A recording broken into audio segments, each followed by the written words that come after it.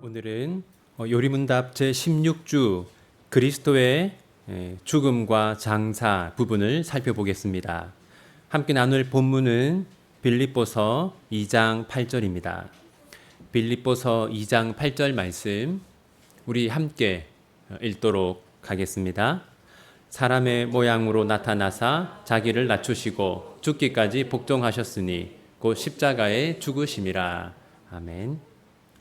우리는 참된 믿음의 내용을 요약하고 있는 사도신경을 살펴보고 있습니다. 오늘은 지난주에 이어서 사도신경의 네 번째 신앙 고백을 살펴보겠습니다. 사도신경의 네 번째 신앙 고백은 본디오 빌라도에게 고난을 받아 십자가에 못 박혀 죽으시고입니다. 오늘은 이 중에서 죽으시고 부분을 살펴보겠습니다. 사랑하는 우리 성도 여러분, 왜 예수님은 죽으셔야 했을까요? 왜 예수님은 십자가에서 형벌을 받는 것에 그치지 않고 왜 죽기까지 하셔야 했을까요? 그 이유는 원래 우리가 하나님께 받아야 하는 형벌이 죽음이기 때문입니다. 창세기 2장 17절 우리 함께 읽겠습니다. 선악을 알게 하는 나무의 열매는 먹지 말라. 내가 먹는 날에는 반드시 죽으리라 하시니라. 반드시 죽으리라 하시니라. 하나님은 죄인들이 받을 벌이 사망의 벌이라고 하셨습니다. 따라서 예수님이 단지 십자가에서 벌을 받기만 하고 죽지는 않으셨다면 우리의 죄값은 완전히 해결되지 않았을 것입니다. 그래서 예수님은 죽기까지 하나님의 뜻에 복종하셨던 것이죠. 빌립보서 2장 8절 한 번 더 보십시오. 사람의 모양으로 나타나사 자기를 낮추시고 죽기까지 복종하셨으니 곧 십자가에 죽으심이라. 여러분, 예수님은 죽기까지 복종하셨습니다. 단지 형벌만 받은 것이 아니라 죽기까지 하셨습니다. 따라서 우리의 죄값은 하나도 남아있지 않고 모두 다 깨끗하게 해결된 것이죠. 예수님은 죽으실 뿐만 아니라 장례식도 치르셨습니다. 예수님이 장례식을 치른 것은 예수님이 실제로 죽었다는 증거입니다. 이것은 우리에게 아주 중요한 사실입니다. 왜냐하면 예수님이 실제로 죽으셨기 때문에 우리의 죄도 실제로 해결되었기 때문입니다. 마태복음 27장 59절과 60절 우리 함께 읽겠습니다. 요셉이 시체를 가져다가 깨끗한 세마포로 싸서 바위 속에 판 자기 새 무덤에 넣어두고 큰 돌을 굴려 무덤 문에 놓고 가니. 이처럼 예수님은 실제로 장례식을 치르셨습니다. 따라서 예수님은 실제로 죽으신 것이 분명합니다. 그리고 예수님이 실제로 죽으셨기에 우리의 죄 문제도 실제로 해결된 것이 분명합니다. 여기서 한 가지 의문점이 생기는데요. 예수님이 우리 대신 죽으셨는데 왜 우리는 여전히 죽어야 할까요? 먼저 세상 사람들이 죽는 이유를 살펴보겠습니다. 세상 사람들이 죽는 이유는 그들의 죄 때문입니다.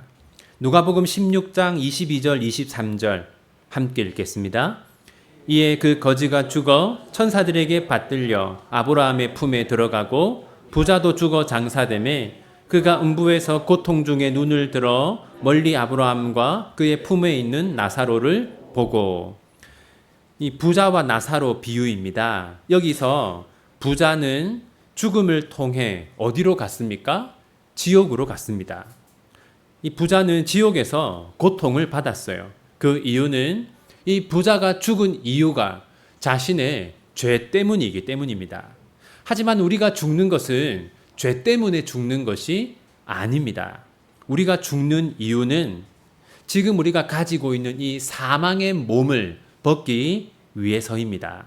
로마서 7장 24절 우리 함께 읽겠습니다.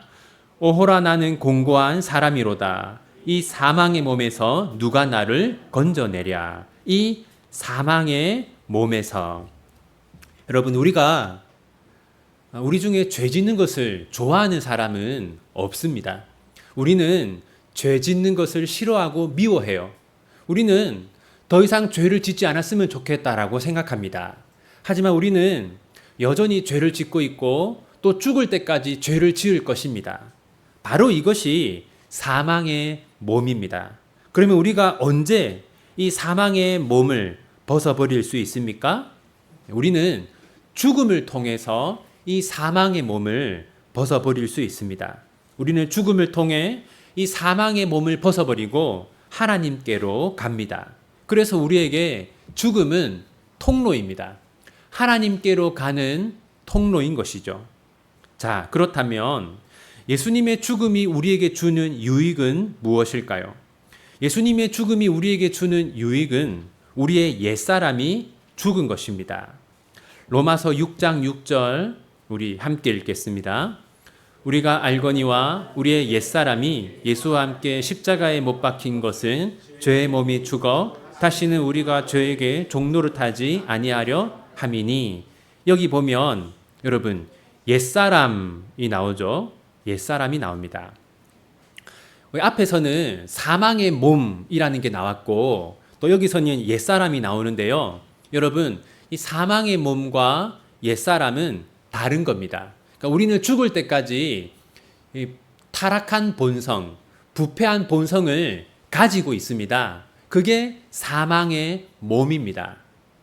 그런데 여기 보면 옛사람은 어떻게 되었다고 합니까? 옛사람은 죽었다라고 말합니다. 그러니까 옛사람은 이제 우리에게 없는 겁니다. 우리의 옛사람은 죽었고 이제 우리는 새 사람인 거예요. 그러면 옛사람이란 뭐냐? 여러분, 옛사람이라는 것은요, 사탄의 지배를 받던 사람을 말합니다. 과거에 우리는 사탄의 지배를 받았습니다. 사탄이 우리의 마음속에서 주인처럼 자리를 잡고 우리가 마음껏 죄를 짓도록 했습니다. 하지만 이제 사탄은 우리의 주인이 아닙니다. 누가 우리의 주인입니까? 네, 예수님이 우리의 주인입니다. 과거에는 사탄이 우리의 마음을 지배하고 우리를 다스렸지만 이제는 예수님께서 성령의 능력으로 우리 마음속에 거하시면서 우리를 지배하고 우리를 다스리세요. 그러니까 사탄의 지배를 받던 사탄이 주인 노릇을 하던 우리의 옛사람은 이제 죽고 없는 것이죠. 로마서 12장 1절 우리 함께 읽겠습니다. 그러므로 형제들아 내가 하나님의 모든 자비하심으로 너희를 권하노니 너희 몸을 하나님이 기뻐하시는 거룩한 산제물로 드리라. 이는 너희가 드릴 영적 예배니라. 여기 보시면 너희 몸을 하나님이 기뻐하시는 거룩한 산제물로 드리라 라고 말합니다. 간단하게 말해서 하나님의 기쁨이 되는 삶을 살라는 것이죠. 세상 사람들은 하나님의 기쁨이 되는 삶을 살 수 없습니다. 그들은 옛사람이 살아있기 때문이죠. 그들은 여전히 사탄의 지배를 받고 있습니다. 하지만 우리는 옛사람이 죽었고 우리는 새 사람이 되었습니다. 그래서 우리는 하나님의 기쁨이 되는 삶을 살 수가 있는 것이죠. 이제 마지막으로 살펴볼 것은 사도신경에 원래는 있었지만 한글 사도신경에는 삭제된 부분입니다. 사도신경 원문에는요, 죽으시고 장사되셨다라는 이 문장 뒤에 지옥에 내려가셨다라는 표현이 있습니다. 한번 여러분 성경책 보시면 이 앞표지에 사도신경이 있죠. 한번 보십시오. 여러분 사도신경 부분을 보시면요, 이 앞표지에 그 사도신경 제일 밑에 한번 보십시오. 거기 뭐라고 되어 있습니까? 장사되시어 지옥에 내려가신 지가 공인된 원문에는 있으나 대다수의 본문에는 없다라고 되어 있죠. 원래 사도신경에는 예수님이 죽으시고 장례식을 치른 다음에 지옥에 내려가셨다라는 표현이 있습니다. 그런데 한글 사도신경에서 이 부분이 삭제된 이유는 약 100여 년 전에 이 사도신경을 번역하던 선교사들 사이에 갈등이 있었기 때문입니다. 장로교 선교사들은 이 표현을 그대로 두기를 원했고 감리교 선교사들은 이 표현을 삭제하기를 원했습니다. 결국 장로교 선교사들이 양보해서 이 표현을 삭제하기로 했어요. 하지만 분명히 사도신경 원문에는 이 표현이 있기 때문에 오늘 이 내용을 한번 살펴보도록 하겠습니다. 예수님이 지옥에 내려가셨다라는 것에는 크게 세 가지 해석이 있습니다. 로마 가톨릭, 루터파, 그리고 우리와 같은 또 장로교, 이렇게 세 가지 해석이 있는데요. 첫 번째는 로마 가톨릭의 해석입니다. 로마 가톨릭은 예수님이 지옥으로 가셨다라는 것을 예수님이 연옥에 가셨다라는 것으로 해석합니다. 연옥은 이 가톨릭 교리에 따르면 신자들이 천국으로 가기 전에 자신들이 이 땅에서 지은 죄값을 치르는 곳입니다. 그러니까 로마 가톨릭은요, 우리가 천국으로, 그러니까 하나님 곁으로 바로 가는 게 아니라 이 땅에서 지은 죄값을 연옥에서 모두 치른 다음에 하나님 곁으로 간다라고 해요. 따라서 그 사도신경에서 예수님이 지옥에 내려갔다라는 것을 연옥으로 보는 것이죠. 하지만 여러분 성경에서 연옥이라는 단어를 본 적이 있습니까? 없으시죠? 이 연옥이라는 것은 성경적인 근거가 전혀 없습니다. 그래서 예수님이 연옥에 가셨다라고 해석하는 것은 올바른 해석이 아닙니다. 두 번째는 루터파의 해석인데요. 루터파는 예수님이 지옥으로 가셨다라는 것을 문자 그대로 예수님이 실제로 지옥으로 가셨다라고 해석합니다.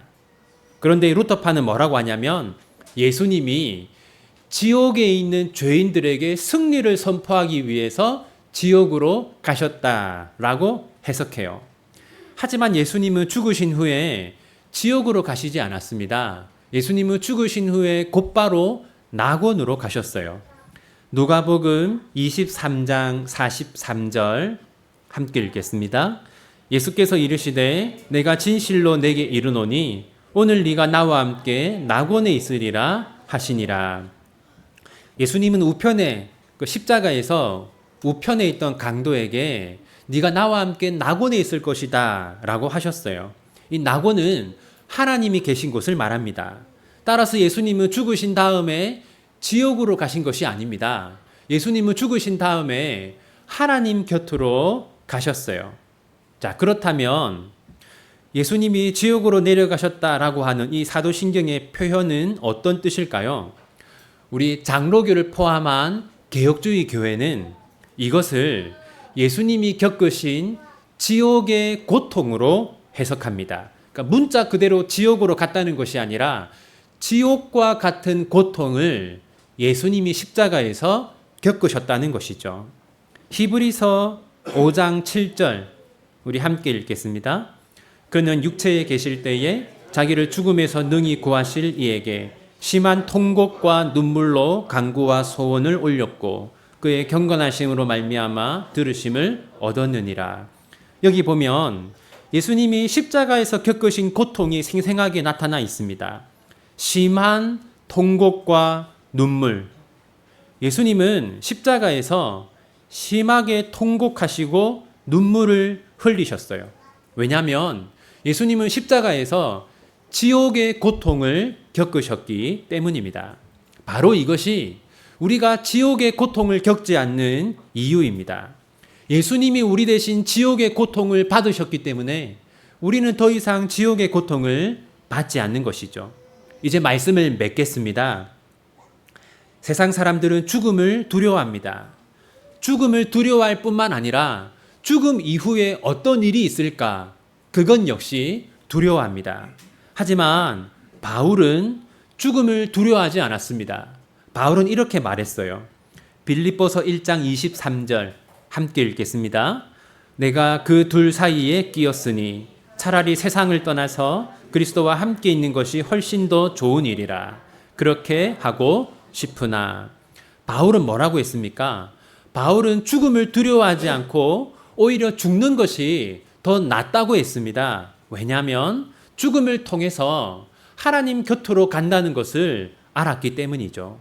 사랑하는 비전교회 성도 여러분, 우리에게 죽음은 죄의 형벌이 아닙니다. 우리는 죽음을 통해서 이 사망의 몸을 벗게 됩니다. 우리는 죽음을 통해서 하나님 곁으로 갈 것입니다. 그래서 세상 사람들은 죽음을 두려워하지만 우리는 죽음을 두려워하지 않습니다. 오히려 죽음을 통해서 이 사망의 몸을 벗어버리고 하나님 곁으로 가게 될 것을 기대하고 소망하는 것이죠. 사랑하는 비전교회 성도 여러분, 우리가 죽음의 문제를 해결했으며 우리가 받아야 하는 지옥의 형벌을 예수님이 이미 다 받으셨다는 이 복음이 여러분에게 큰 기쁨과 위로가 되기를 바랍니다. 하이델베르크 요리문답 제16주 문답을 함께 보겠습니다.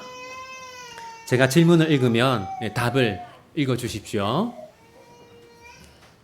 그리스도는 왜 죽으시기까지 낮아져야 했습니까?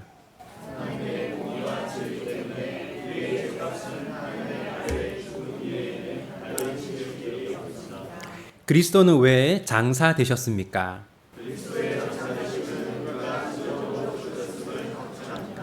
그리스도께서 우리를 위해서 죽으셨는데 우리도 왜 여전히 죽어야 합니까?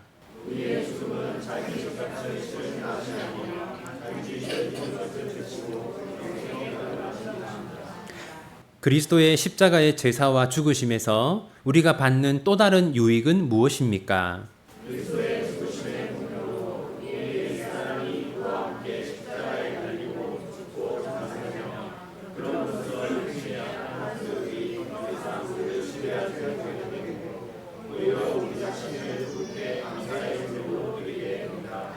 음부에 내려가셨으며 라는 말이 왜 덧붙여져 있습니까?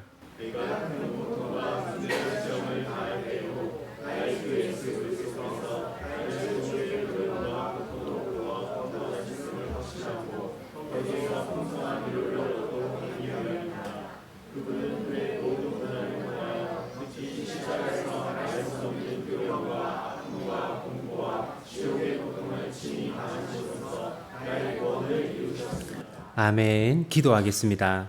하나님 아버지, 예수님이 죽으셨기에 우리의 죄 문제가 모두 해결되었음을 믿습니다. 예수님의 죽음이 실제 사실이기에 우리의 구원도 실제 사실임을 믿습니다. 이제 우리가 죽는 것은 죄의 형벌을 받기 위한 죽음이 아니라 사망의 몸을 벗고 영생으로 들어가기 위한 죽음임을 믿습니다.